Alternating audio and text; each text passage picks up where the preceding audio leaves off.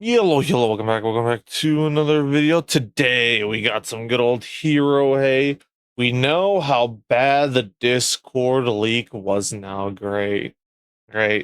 So remember when Discord said they were gonna start verifying IDs with or not verifying IDs, verifying ages with IDs and whatnot, and everyone told them that's probably not a good idea because your fucking security measures suck ass to prevent data leaks and stuff like that. And they said, no, you can trust us. We're military grade. This right here, biggest advocacy for why you should never give anyone your fucking government ID, no matter how much they say their site is secure from data breaches like this. So last week we were talking about news regarding the Discord leak, in which Discord's working with a third party for customer service stuff, and they share a bunch of people's personal information with that third party. Well, the third party got hacked, and a bunch of people's personal information that they shared with Discord, including their full name, their driver's license, IP address, and limited billing payment information, all ended up getting taken in this hack of the third party. In some cases, the hack was even worse for people. For example, UK's Office of Communications required Discord to verify the age of certain users, meaning those users had to send in their actual government ID. And now the hackers also have the full government ID, including photos of some of those users. And yeah, that kind of sucks.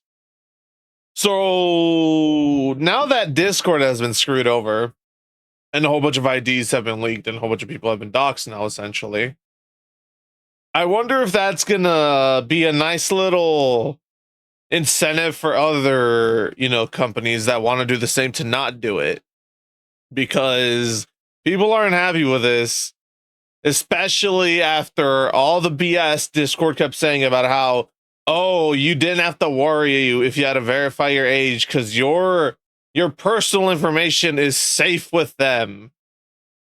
Literally, all that shit got leaked because of a third party they worked with.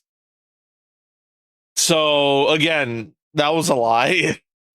So it's like, how exactly can you trust people? How exactly do you expect people to trust you now that, this has happened? There is proof that it has happened. And if you try to push something like this even harder in other places, it can now be used against you. My question also is, how is this going to affect Ofcom and everything that happened in the UK with that law?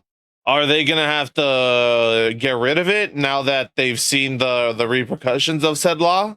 Or are they going to let it stay in play regardless of the fact that, a whole bunch of their citizens that use Discord got their government IDs leaked because of your law?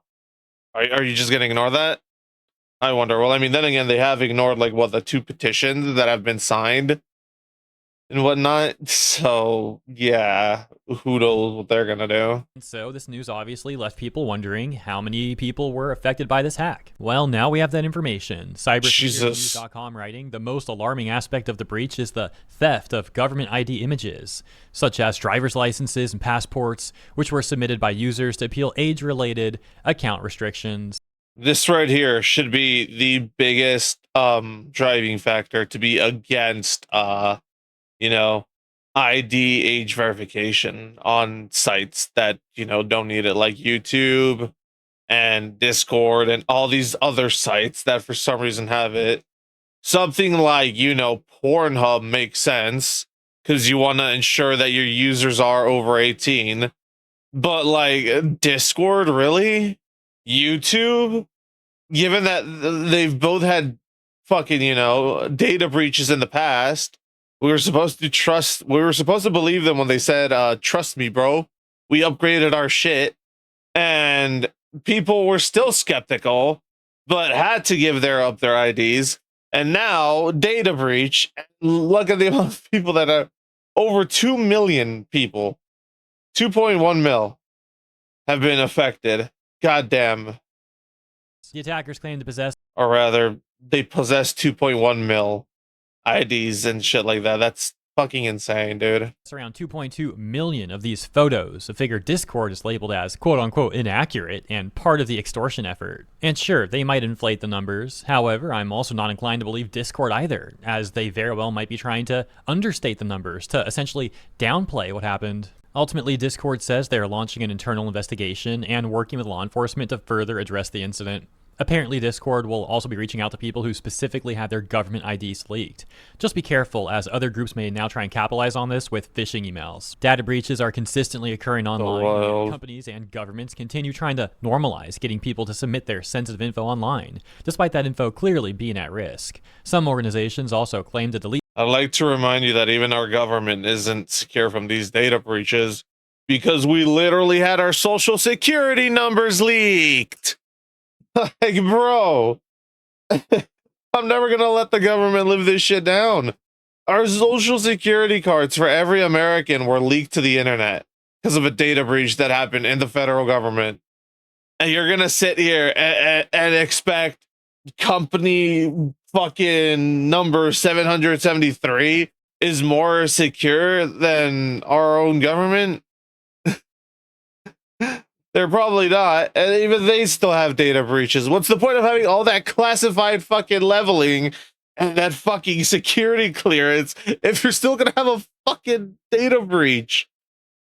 Like, it's fucking government, man. Thanks.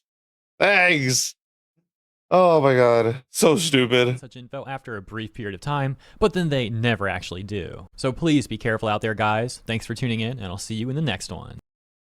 Yeah, it's fucking ridiculous. I hate it so much. It's so stupid how these companies are like, yeah, we're secure. You can trust us. Don't look at the past where we have literally had other data breaches before where addresses were also leaked. Don't look at that. You can totally trust us when we say that you can give us your fucking credit card, your social security, your government ID, your full legal name, your mother's maiden name. Trust us. All that stuff, it will be stored under sensitive information. No one will have access to it. 2 weeks later, data breach. All that shit gets leaked.